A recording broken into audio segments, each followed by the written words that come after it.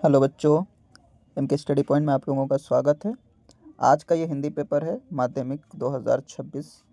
ठीक है, देखते हैं कैसा पेपर आया। पेपर काफ़ी अच्छा आसान आया है। ठीक है, हम लोग इसको सॉल्व करते हैं। सबसे पहले अगर देखा जाए तो यहाँ पर क्वेश्चन है, रैदास जी हिंदी साहित्य के किस काल के कवि हैं? तो इसका आपका जवाब होगा ऑप्शन का भक्ति काल। नौरंगिया कविता में किस जीव की चर्चा नहीं है? का है छिपकली। छिपकली की चर्चा नहीं है।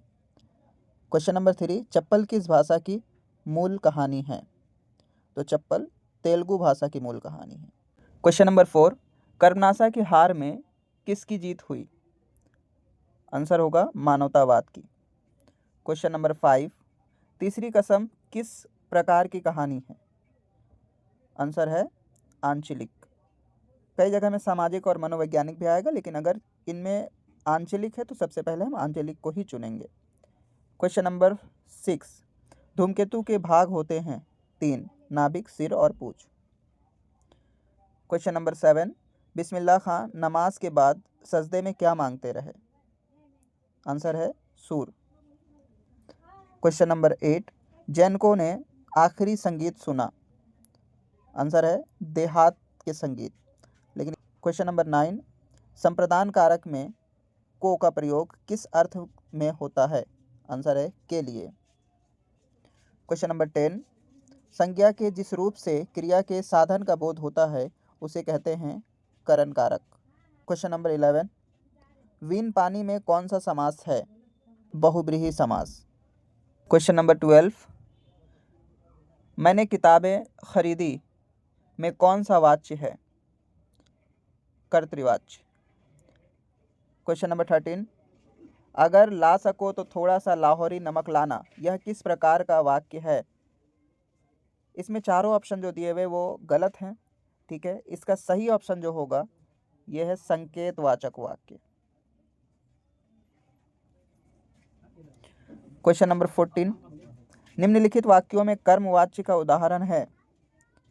आंसर है घ, समीर द्वारा कविता पाठ किया गया।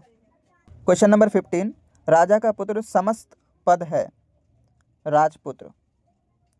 क्वेश्चन नंबर 16, माँ जैन को क्या कह कर के पुकारती थी? माँ चेंजलिंग कह के पुकारती थी, लेकिन चारों ऑप्शन गलत है।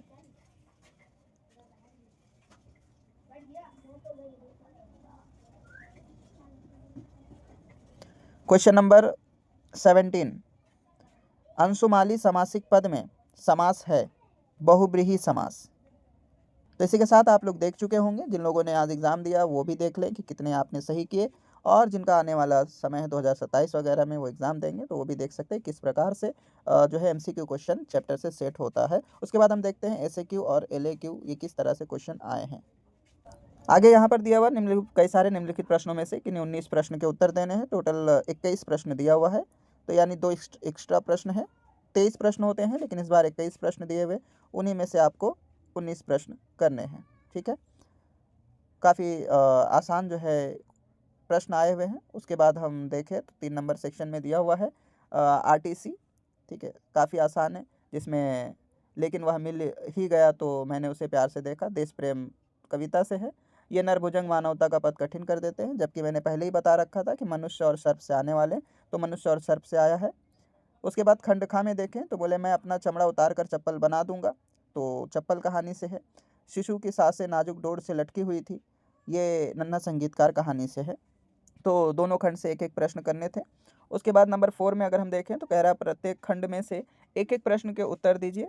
ठीक है, तो ये 5 मार्क्स के प्रश्न हैं, जिसमें से अगर हम खंडका में देखें तो नौरंगिया और आत्मत्राण से दो कविता से क्वेश्चन आए हुए हैं, कोई एक करने हैं। खंडका में नन्हा संगीतकार की मार्मिकता और काशी में बिस्मिल्लाह खां के बारे में पूछा गया है, तो कोई एक करना था। उसके बाद खंडगा में धूमकेतु को अपनी जान से हाथ क्यों धोना पड़ता है? ठीक है, और नमक कहानी के बारे में यहाँ पर पूछा गया है।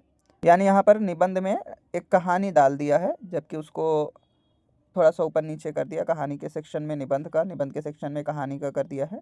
खंडघा में जो है साहित्य संचयन का ही दीपदान एकांकी से आया है क्वेश्चन, जिसमें कुंवर के बारे में और दीपदान एकांकी के शीर्षक के औचित्य के बारे में पूछा, जो कि मॉक टेस्ट में भी आप लोग दिए होंगे। और उसके बाद आपका 5वां नंबर में आता है फिर कथा संचयन, जिसमें आपके 3 पार्ट हैं, तीनों पार्ट से एक-एक प्रश्न आए हुए हैं।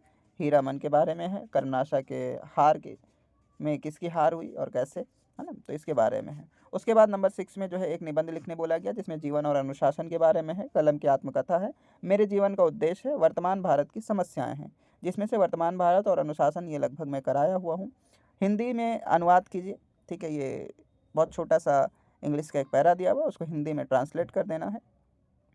उसके बाद किसी एक प्रश्न का उत्तर देना है। यहाँ पर एक अपने विद्यालय में आयोजित हिंदी दिवस पर समाचार पत्र में छपने के लिए एक प्रतिवेदन लिखना है और विद्यालय की 10वीं कक्षा के छात्रों की विदाई पर एक कार्यक्रम आयोजित करने के बारे में 2 मित्रों के बीच में वार्तालाप करने हैं। ठीक है? तो वार्तालाप काफ़ी आसान होता है, तो आप लोग को किए होंगे।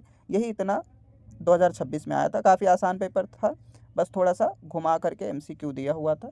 उम्मीद है आप लोग जो है काफ़ी अच्छे से किए होंगे, ठीक है? और जिनका 2027 में है, इसके अनुसार आप देख लें कि किस तरह से पेपर आ रहे हैं, ठीक है? ओके स्टूडेंट्स, उम्मीद है वीडियो से आपको हेल्प मिली होगी, ठीक है? अगर आप चैनल पर नए हैं तो चैनल को सब्सक्राइब कर लें। वीडियो पसंद आया तो वीडियो को लाइक ज़रूर करें। धन्यवाद।